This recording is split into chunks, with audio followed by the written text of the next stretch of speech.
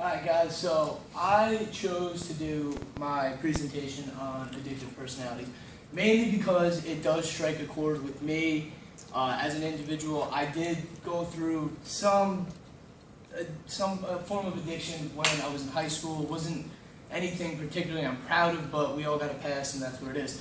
And I'm going to get to that real quick before I actually start the project because I want to relate some of the stuff within it back to my own self. So basically, I'm going to try to make a long story short. In high school, I was heavily addicted to pot. It's definitely not one of the worst addictions out there, but it is an addiction. I remember just from freshman to senior year, I was getting high before school, I was getting high during and after school. Didn't do any work, didn't care about grades. What came first for me was my drug of choice, which was pot. And like I said, I'm not particularly proud of it, but we all have a past. And yeah, that's kind of my background on that. But getting to my project. I want to ask you guys a question real quick. What do drug addicts and Michael Jordan have in common? They both have an addiction. Whether it is an addiction to drugs or to self-challenges for the purpose of winning or excelling in a sport, addiction is the main factor here. The definition of addiction, quoted by the dictionary, is the state of being enslaved to a habit or practice or to do something that is psychologically or physically habit-forming. Therefore, addiction in and of itself is neither a negative infirmity or a positive asset. It could go both ways on that, because you could be addicted to exercise or to drugs. What was I saying? I'm sorry, I got lost for a second. I'm sorry. Of course, in our society, the word addiction has a negative view. When it comes to either drugs, eating, gambling, work, sex, exercise, or alcohol, whether addiction is a brain disease, a choice, or a bit of both remains to be seen, and as this is still a highly debated subject, because they still are doing research within this topic, because not all of it is completely there yet. But I wanted to do this to find out more for myself and try to get to the bottom of it. So, like I said, I chose this because I wanted to kind of do this for myself.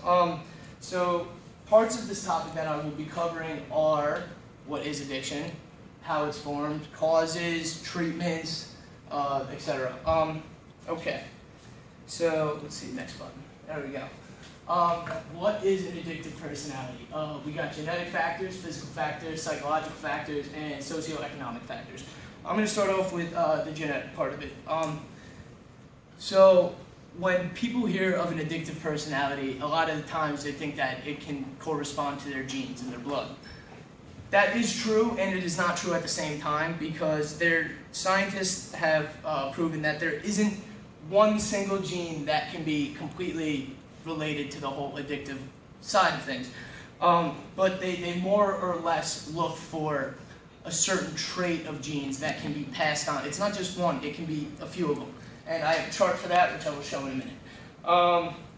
The physical aspect of an addictive personality is, although genetic predisposition exists, physical changes in the brain occur with the introduction of a substance or behavior that produces a euphoric feeling. When I say euphoric feeling, I mean that a euphoric feeling is basically a stimulation in the brain caused by dopamine. Dopamine is the release of a chemical within your brain that basically gives you that happy feeling, that feeling of, oh, this feels good, I don't want to stop, I want to keep on going. And I also have something for that too, which I will show you, but I didn't completely set this up correctly, so yeah, I'm getting to that. Now the psychological factors of addiction are, physical leads to psychological factors. Addicts believe that they need their addiction to basically survive. I like to put it minute to minute, because I remember in high school, if I wasn't stoned, I couldn't do this, and I was kind of living minute to minute to minute to minute to minute, waiting to get that euphoric feeling back. And that ultimately was my cause of not doing anything in high school, which I did terribly. And they kind of use their addiction as a crutch, meaning that they like to lean on it, saying, oh, I can't do this because I'm not stoned, or I can't do this essay because I'm not in the right state of mind, because I don't have this euphoric feeling. And they kind of restructure their entire life around the addiction, which is what I did. Now, the socioeconomic part of it is kind of one of the harder ones that I was reading, and I couldn't understand that great. But first and foremost, peer pressure. Number one, because if you don't have a great level of self-esteem and you get caught with the wrong kids, like that's what happened to me. That's how I started. I didn't have great self-esteem. Wasn't particularly happy with myself, and I started hanging out with the wrong group of kids, and that led me to doing pot, and that led to my ultimate downfall in school. Another thing is a dysfunctional family, meaning that whether child abuse or just growing up as a child where you saw your mom drinking or your dad doing drugs, what do kids do? Kids copy what their parents do. So if they see that that's okay to do, then they're going to do it. And another one is social awkwardness, which kind of correlates to peer pressure. If your self-esteem isn't there and you're very awkward, you're going to be wanting to try new things to kind of boost your dopamine level, which is making you happy. All right, and these are my two graphs that I kind of stated, and this was leading back to the genetic part. As you can see here, father and mother basically, we'll say the father's the square, the mother's the circle. The father has those addictive genes in his body. And as you can see, they're not really passed down through here, but as this mother or father has their kid, his genes stem from his grandfather. So on and so forth. Down here you can see the same thing.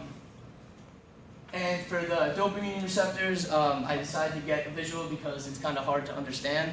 So basically, this is a person with a low dopamine receptor who's just regular. It could be any one of you. This was me, right there.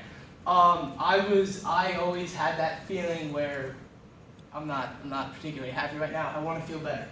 And the thing is with the dopamine receptors, like this guy's is elevated right here, which means that he's more likely to go out and search for that thing that raises it. Unlike this guy down here who's just satisfied with his everyday life. Personality traits. We got impulsive behavior, high value on nonconformity, social alienation, and heightened stress. Impulsive behavior. When I say that, I mean I like to one thing I would like to point out is like delayed gratification, and addicts don't do particularly well with that at all. Like I said, referring back to me again, if I didn't have it at that second, I was going to be in a miserable mood the rest of the day. I was always very irritated, very edgy, this, that, so on and so forth. And I also, another thing, I'm sorry, with impulsive behavior is that they were all sensation seekers. They all look to go out and to go get that next level of euphoria that makes them feel better than they are currently. A lot of time addicts have a high value on nonconformity. And when I say that, I mean they basically have a weak commitment to goals that are valued by societies, like job, work, school, career choices, anything like that. They you know what, they stand out and they don't really care what anybody thinks about them. When I was getting stoned every day, I didn't care what people thought about me. People would tell me I was a pothead all the time. Didn't care. Say what you want, it's not going to bother me. Because I'm doing what makes me happy right now. Social alienation is, I guess it can depend on the type of person. Oh wow, 1 minute. I got a lot to cover. It can depend on the type of person, whether they like to be out there or not. I was particularly a person who liked to get out there a lot. And heightened stress, which means they can be jittery, very irritated, this, that, whatever. Getting on to signs and symptoms. I gotta wrap this up, just let me explain. We got, there's low self-esteem, depression and anxiety, large amount of addictive behavior, meaning drugs, work, sex, exercise, all that fun stuff. Child abuse, which I pointed out earlier. High parental expectations is another big one. Self-medicates, drugs, alcohol, etc. And they find ways to feed their addiction. stealing, I did that for my parents. I stole from my parents to feed mine. Like I said, not particularly proud of it, but there we go. And forms of treatment is like the last thing. I'm sorry. Being taken out of their usual environment is like a number one. I know. Rehab is a big thing. Rehab is a big thing. That'll basically kind of shut it down. That's what me moving to Florida did. Kind of shut me down from my addiction or whatever. And cognitive behavioral therapy, which is CBT, which basically is psychologists telling their patients that that some behaviors cannot be controlled by rational thought, and they would act out and do this, but they couldn't control it. And it also covers turning their weaknesses into a strength. Like if you want to do drugs, do exercise instead. You'll kind of still get that same feeling. All right, and conclusion: there's more than meets the eye with this. That's what I discovered because I thought I knew it before I even did it, but that's completely wrong. And knowledge is power. If you know you got an addiction, you can sure as hell beat it like I did. So, and my final thoughts, but we ain't got time to get to that. So.